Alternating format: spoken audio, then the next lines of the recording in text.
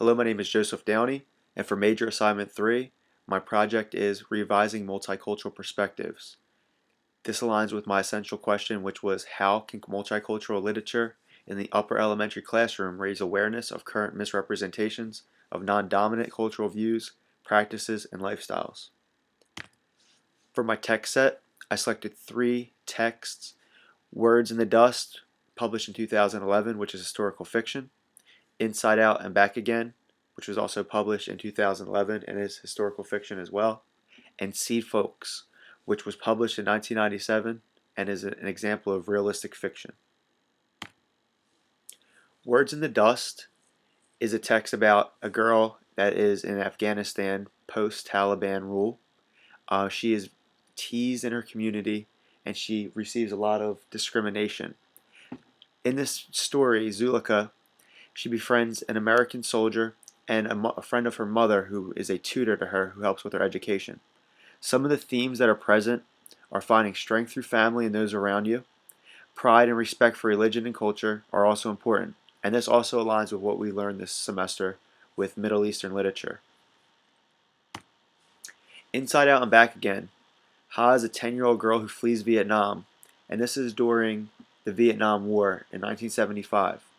Upon arriving in America, Ha and her family come to Alabama. Because of cultural barriers and racial views, Ha has a very hard time adjusting to American culture. Some of the important themes in this text are keeping traditions, gender roles, and language and communication barriers.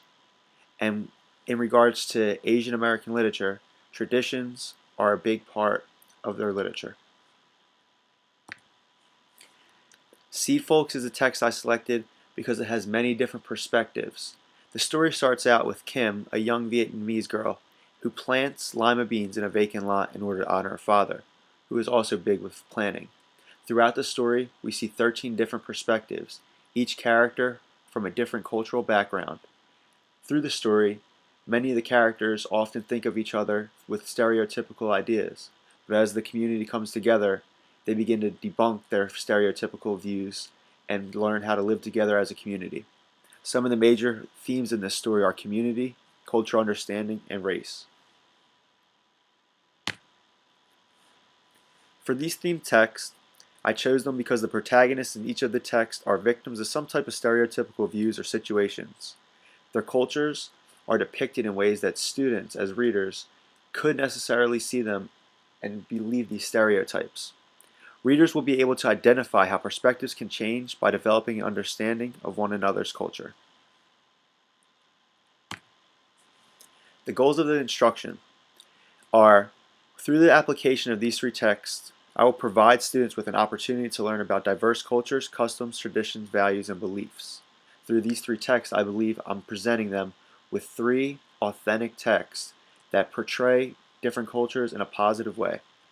Through instruction, students will identify how common stereotypes can negatively influence a person's perspective of other people's experience or cultures.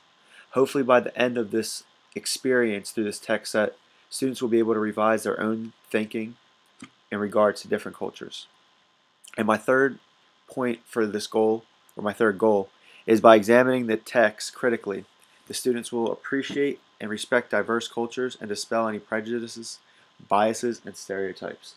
Which again, hopefully by the end of this text set, they'll be able to revise their own thinking and redefine their own definition for multicultural. Okay. The age appropriateness, in context, I would use this most likely in a 5th grade class, upper elementary, even early middle school. This text set could probably be used. The culture of the classroom would definitely have to be heterogeneous and a diverse class. I think all 3 texts would help engage readers, whether they're male, female, or from different cultures or backgrounds. And the timeline for implementing this text set would most likely be about 6 weeks. The 2 novels, Words in the Dust and Inside Out and Back Again, are a little bit lengthy for read-alouds, which might take about maybe 1 to 2 weeks per novel.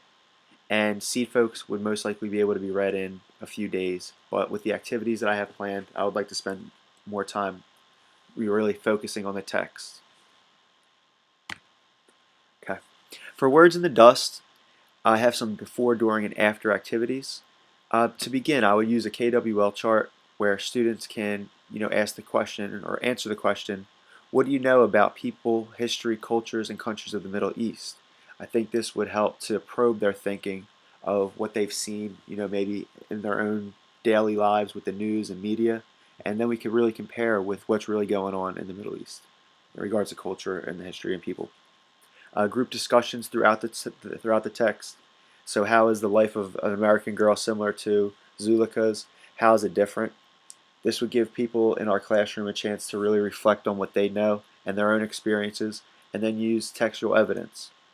And then an after reading activity I could use is a newspaper article or some type of reflective writing. An example of this would be if they wrote, a newspaper article about how women are treated in the Middle East, or how education is not always freely given to women. For Inside Out and Back Again, I really want to focus on traditions before we started the novel, because this is really big in the text. A lot of the people in the story that are Vietnamese have to give up some of the traditions that they had back home. So what I would have students do is think about traditions that we have in America, and then maybe research some of the traditions in southern Vietnam. So that way they could get a sense of the differences or similarities that we share. During this text, I would encourage students to keep a journal. This text is written in short poems, and there's a lot of emotion and a lot of imagery, and it's really amazing the way that this author writes this story. So keeping a journal throughout this, just to see students reflect back on their learning, I think would be very helpful.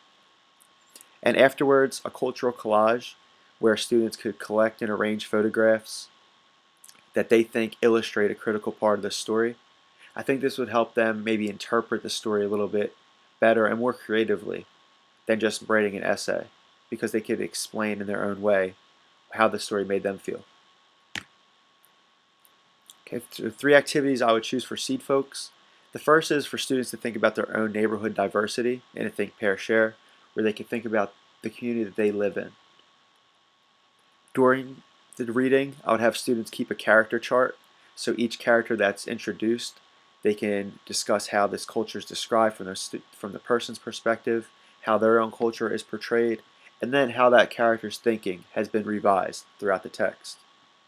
And at the end, I think a cool idea would be, because there's so many characters, is give each student or a pair of students a character, and then have them go back through the text and use information from the text to create some type of trading card. Students could present these, they could trade them with their classmates just to get a better understanding and a perspective on how their classmates interpreted the story. The 3 novels that I chose definitely have interdisciplinary connections. In regards to geography, the text Sea Folks, which is fictional, could be used for some research. So students could identify the street, Gibb Street, and see if it could actually exist in Cleveland, Ohio. Students would be able to research demographics of areas in Cleveland where Gibb Street could have existed. This would give students to really look at the demographics and the statistics of the diversity in Cleveland, Ohio, and then try to find or identify an area that could have a population such as introduced in Sea Folks.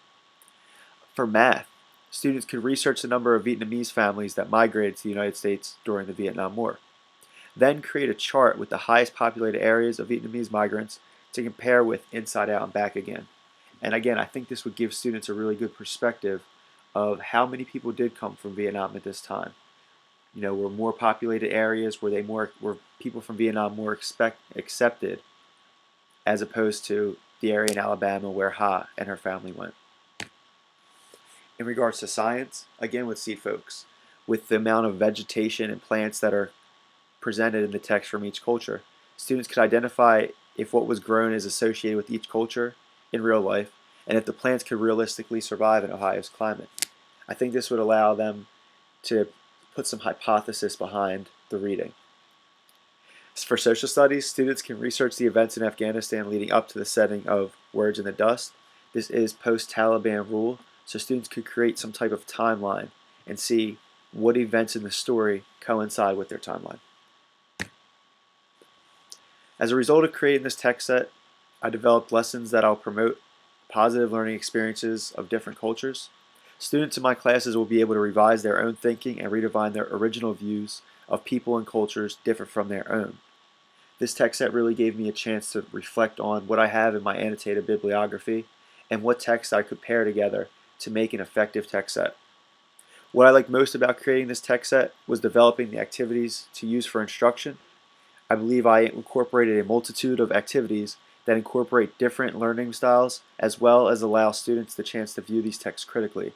I think by presenting 3 different texts with multiple cultures, students can critically look at their own thinking of these cultures and then come up with some type of revision that sees all cultures in a positive way. The most challenging part about the selection of texts was that there were so many stories that I wanted to put into this set, and for the purpose of this grade level and amount of time, I think these 3 really fit the best. But I definitely think I could have incorporated a few more, depending on the amount of time I wanted to focus. And in the future, I would definitely use this text set as a resource, as well as continue to develop other text sets. As a resource, I could definitely use this with my colleagues. I could pass this on to other reading interventionists. I could focus on doing a PLC where I present authentic multicultural literature, or even add a text set to our summer reading program. Overall, this was a positive experience, and I'm glad I was able to share this with you. Thank you.